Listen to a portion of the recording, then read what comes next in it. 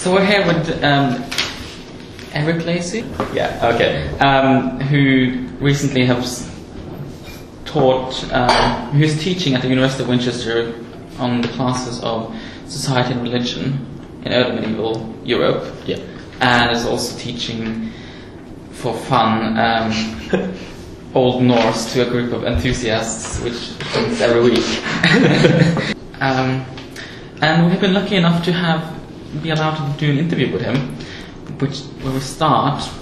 Where did you study, and why did you choose to study what you studied? Oh, it's confession time. Yeah. Yes. Well, the first degree I did was an English literature degree, and I went in there thinking, I'll go in, I'll have 3 years of reading modern literature. When I'm done, I'll sell my soul and do a law conversion course, and that'll be it. I'll go establish myself in the real world. But while I was there, I was exposed to, for the first time, the opportunity to learn Old English and properly learn it, not just sort of read parallel editions. And it sucked me right into that world. So in the first year I did that in Middle English. The next year I was doing Old English, Middle English and Old Norse. Wow. Carried that on through. And by the time I started my masters, I was a full-blown medievalist. And I also did linguistics as an English student, which is another love of mine. And so, yeah, when I started my masters, it was Old English and Old Norse as my specialties, and started teaching myself Latin and Old High German and Gothic and Old Low Franconian, which are the Germanic languages. And once you know Old English and Old Norse, the rest are a cinch. And recently I've moved on to Old Irish and early Middle Welsh as well, which are both beautiful, beautiful languages in their own ways. How did you find your studies and your time at university? Those are two very, very, very different things. Well, take one at a time. Yes. How did you find your studies in particular? Well, studies, as I said, I really loved it. I resented the fact that I had to do some of the literature stuff because I was caught up now. I wanted to be a linguist, I wanted to do medieval languages, I wanted to do medieval society, and that's all. So I resented that I had to do Shakespeare, although I feel like it's probably rounded me out more in the long run.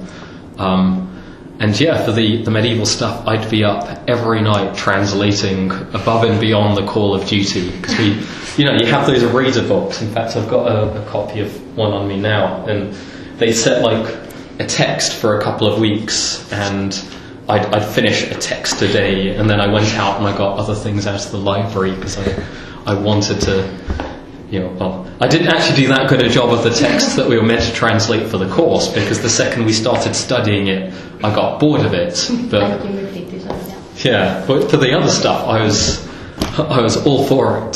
So yeah, really enthusiastic in things pertaining to my studies. As for university life, to begin with, I was quite a layabout. I just got into London. I was really enjoying the fact that there were sports teams, there were music scenes to take part in, and it was only by the second half of my second year as an undergraduate that I realised I needed to buckle down and really focus on work.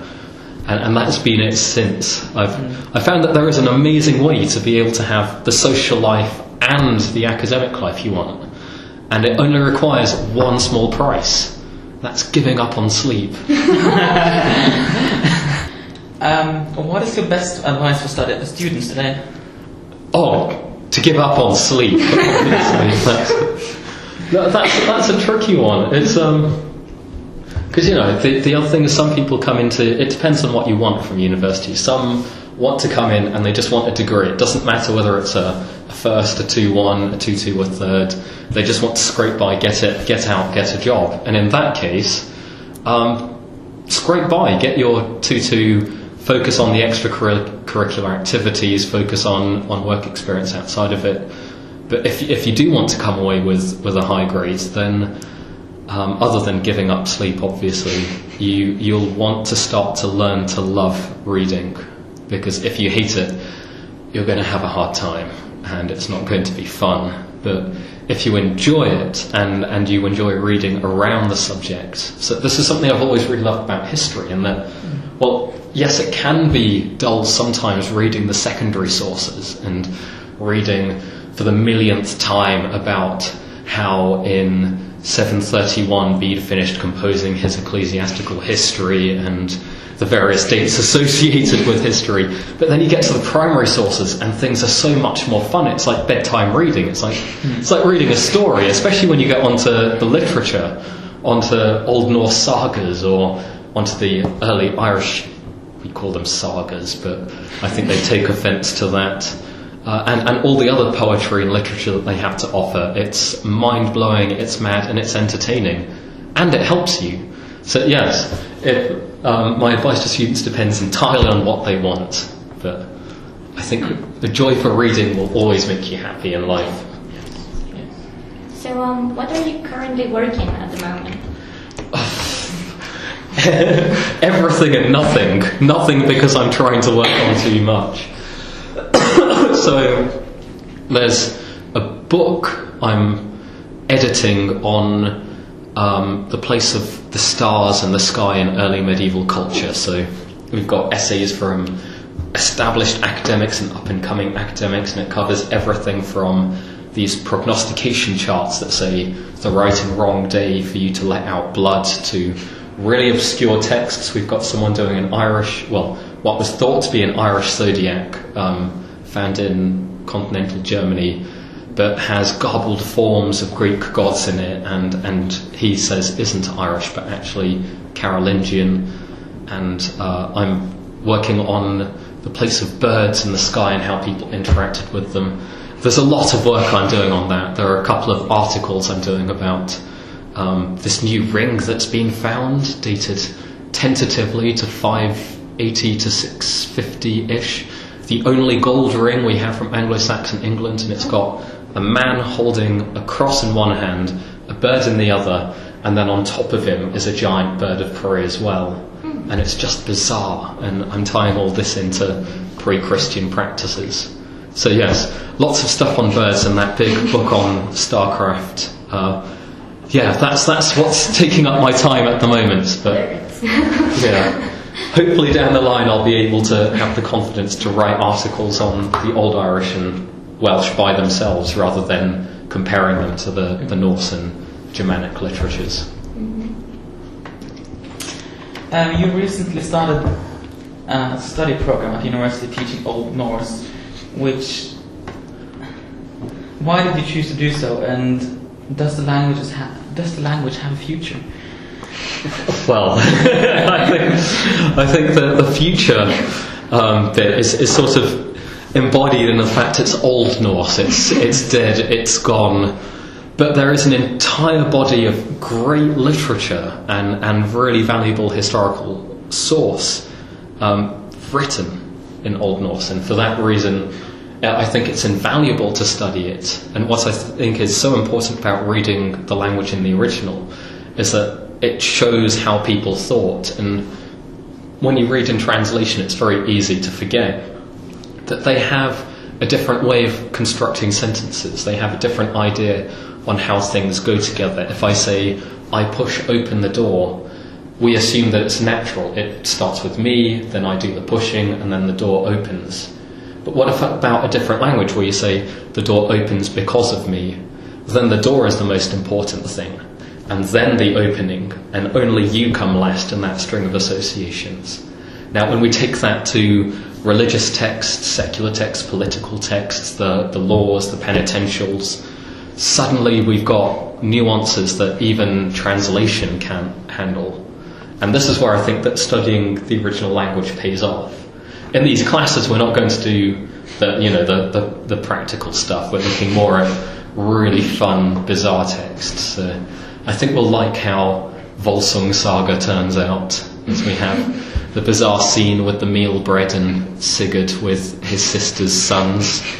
We're also working our way through Völuspá, which is one of the oldest poems in the Norse language and is one of our key sources. It was one of Snorri Sturluson's key sources for Norse mythology. So yeah, the future for the study of that language is in the rich heritage that's within it and how much we can learn from it. A tricky question, yeah. Which one do you find most intriguing? The Vikings, the Anglo-Saxons, the Old Irish, the Old Welsh, and why? Oh, well, decisions. Why? That is a tricky one, and I think any day you ask me that, I will come up with a different answer because, well, I think you might remember from a text we did with the Irish Saint Columba and turning this woman into a heron because she offends him, and then her handmaid sticks up for her, so he turns her into a heron as well. And how can people not find that intriguing? That's completely mind-blowingly mad. But then on the other side of the coin, you've got the Norse, and where do we begin with the madness there? It's any given day I'll go for a different one, but I guess I should probably say the answer, my first love, Old English, and for that reason the Anglo-Saxons are most intriguing. And perhaps because we have the least literature by them about their old practices, makes it even more intriguing trying to peel through the stuff they've written and find hints of it. So yes, I'm going to go with Anglo-Saxons, but in 10 minutes I might change my mind. Fair enough. As a quite young academic, what do you think will be needed for history and historical disciplines to survive and attract more enthusiasm and new blood? Enthusiasm and new blood. God, that's a tall order. Well, for it to survive, these are troubling times. They're trying to impose this system whereby everything has to be justified. And when you're talking about the social sciences and the arts and humanities generally, it's very, very difficult to justify economically, concretely, what value we bring, because the understanding that we impart is slightly more intangible. It still enriches our understanding of traditions, of our own origins. I think there is a lot of truth in the fact that when you look to history, it can provide you with furnishing for understanding the present. But people have to learn to overcome that very capitalist way of thinking if the arts and humanities are to survive. As for the enthusiasm, I'd like to think that that's already within the subject. How can you not be enthused by hearing Loki go around, call gods different names, throw slander, and half-truths? That's what's great about it. Half-truths about the bizarre things they do, like Odin dressing up as a woman, and one of the giantesses has a young boy that she has on her lap, and not in a nice maternal way either. So I think the way that we sell the enthusiasm is by showing people these bizarre texts and circumstances that they wouldn't otherwise get. There was another part to that question, but I've forgotten. New blood. New blood. How do you think we can get people with new historical interests? First, we constantly, and it's difficult, but we have to bear in mind that a lot of what we know is based on interpretation, and that over time interpretations change, whether it's because of a new critical appraisal of the evidence, or because of new evidence coming to light, or just simply because of a trend in thought. And it was so fancy a couple of years, I say a couple of years ago, probably 20, 30 years ago, it was really great to come up with parallels and say, well, in Anglo-Saxon England we had the conversion take place like this, and if we compare it with 19th century Ethiopia, then we find that also during trade Christianization worked in the same way. But now we're starting to think more about details, and we're starting to think, well, we should go back to Anglo-Saxon England, look at it in relative isolation again, and really let's get down with every single tiny fact. Let's find out, well, we know that St. Augustine was at Canterbury, but what books were there? Let's try and trawl through every manuscript we can to find out what books were known, what books passed in and out, what books people talk about having read, and figure out Anglo-Saxon England and its conversion that way. the other thing is just to remain open-minded about absolutely any approach. And I'm as guilty about this as anyone else. I do not have very much time for very, very theoretical approaches. I like to try and be as empirical as possible. But the fact is that theoretical approaches may well give us new ways of thinking about it and injecting a new dose of enthusiasm into the fields that the empirical approach couldn't. And so, despite having my reservations about it, I will tolerate it and see where it goes and what comes of it. And I think that's probably important for teachers and students alike, that just to bear in mind that all approaches are valid until proven otherwise.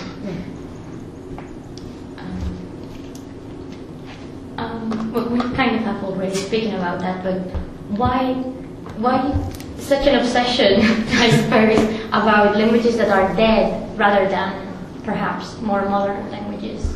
And particularly languages from like North Europe, as in comparison with like Latin or Arabic languages or something like that. Why? Why? If I had enough time in the day, it wouldn't just be these languages. But what I find very, very interesting about this, growing up, everything I'd learnt about the medieval period especially turned out to have been written from the classical, scholarly, Latin writing, very Christianized, very Romanized point of view. And as I got through university, I learnt that there are all these other texts just out there, and that they betray a very different version of events sometimes, that they betray a very different way of thinking about things. And the fascination there was with looking at events outside of the sources we normally look at things through.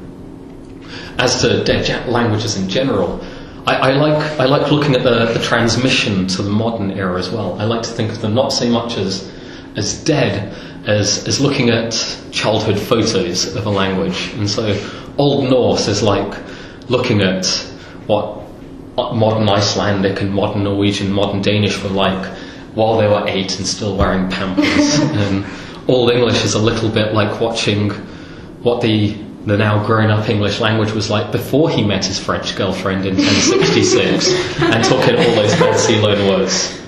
And it's amazing seeing what stays the same and what changes. Also, there's so much. I've spoken a lot about how these languages show that they think differently, but seeing what stays the same, and the terms for the heart, mind, soul in Germanic languages really reflect the problems that we have today when we try and figure out what we mean when I say I feel it in my heart, or my mind says this but my heart says this, and what you mean when you say it hurts so much, it felt like my soul was being wrenched from me. And these are evoked because now we know that these are not physical realities, they're metaphysical, they're creations in our own minds. But back then they thought this was the physical truth, and it's so beautiful seeing how they thought about your mind literally being purged if you were angry or upset. They've got an old formula, yerrechan, to purge your soul, that they used for all these funerary laments. And you do feel like that when you read a really, really, really moving text, or you watch a really moving movie, and then suddenly your whole life is recast. And we have that feeling embodied in just a few words in these old languages. I think it says a lot about us that we've tended to overlook or take for granted, especially as we now occupy ourselves with such lofty philosophical matters. I think I covered everything. Yes.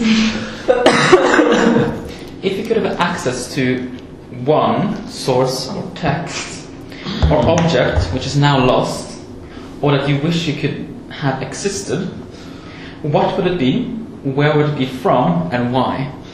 Oh my God, given all the research projects I've got going on at the moment, I think there's a wish list of sources that I wish had survived. I guess I'm going to... it's not a single object, but in 1731 there was... or was it 1732? There was a giant fire in the Cotton Library, and this was the horribly titled Ashburnham House, which then burnt down, and we lost lots and lots of Old English manuscripts. We lost some Latin manuscripts. We lost lots of texts from both the later Middle Ages and early Middle Ages. And you can look at the index of first lines for some of these manuscripts and get just tiny hints of the things you'd lost. And I'd like to say any one of those vernacular Old English manuscripts, because our corpus is so small in Old English that the existence of even one more of those things would completely change how we understand the field, how we understand the use of a certain word, or the number of times that a word crops up in the extant corpus. So it doesn't even matter which manuscript. Obviously I'd have a preference for something that could be with a degree of certainty ascribed to pre-Christian Anglo-Saxon culture, because we have barely any of that. But I'm not going to be picky. Just one of those Cotton Library Old English manuscripts. Now we have the compulsory question. This is a question we've asked everyone we've interviewed, and it's, what would you do if you had a time machine and you could go anywhere? But not interact with it, just observe and learn. Oh, that changes everything if I can't interact. I came here prepared for the what I do and why and how I it was going to. Well, my first choice was going to be to go back in time to Attila the Hun and just get him checked for that aneurysm before it actually happened. Just to see how things would play out. He was about to have this gigantic conflict of epic proportions with a united front, and he dies the night before that. So that's what I would have done if I could change and interact. But now that I can't interact, that's going to be tricky. That's the point. Yes. So all I can do is watch. Yes. Only watch. Yeah. And keep the knowledge for yourself. I can keep. Well, you can use it for later research, but how would you reference that? That would be another totally different question. I think I'd like to go back to the Rhineland in the 1st century AD. This is when we have the Germanic and Celtic peoples, or Celtic tribes and Germanic tribes, living alongside each other on the Rhine. And there's a lot of linguistic and cultural interaction going on at this point. And I'd like to see what the language they spoke sound like, and how much of it I can understand, but also the identities of the people. So Tacitus says that there was a tribe called the Treveri, a Celtic tribe, who jumped to the other side of the Rhine because they wanted to be Germanic and they didn't want to be considered effeminate like their Celtic cousins. I'm just bizarre, but I'd like to see, the grain of truth in that is that there are Celtic tribes and Germanic tribes who felt more of a kinship with the other group, and I'd love to see that in action. And then take notes and write a really, really awesome book. And then retire. I wouldn't be rich, but I would have lots and lots of journals quoting that book. So, yes. Yeah, that is really interesting. How do you imagine this time machine being if you're going that back? Like, would it be a charm or a bracelet? What do you think it would be? Or what would you like it to be? I have no idea. If I can't interact, I don't know. Maybe I've been watching too many cartoons, but I imagine it's something like a bubble, and I just sort of drift by, and I can eavesdrop on people having conversations. And the good thing about it being a bubble is that, I can sort of float over the Rhine. If it was a charm, I'd have to swim the Rhine every time I wanted to get from one side to the other. That makes sense. So, the bubble approach is... If you know any scientists working on time machines, tell them I prefer a bubble. Okay. Well, yes. I think that's the end of our questions. Do you have any last words you would like to, just say to the audience that will be listening to this? Because they will certainly do it. They will listen. They will listen? They will. Oh, well, you should buy this awesome book on StarCraft, Watching the Heavens in the early Middle Ages when it comes out in probably about 1 million years at the rate I'm working on it. But also, do yourselves a favour and go out there and learn the dead language that is the precursor to your native language. Well, thank you very much. Thank you.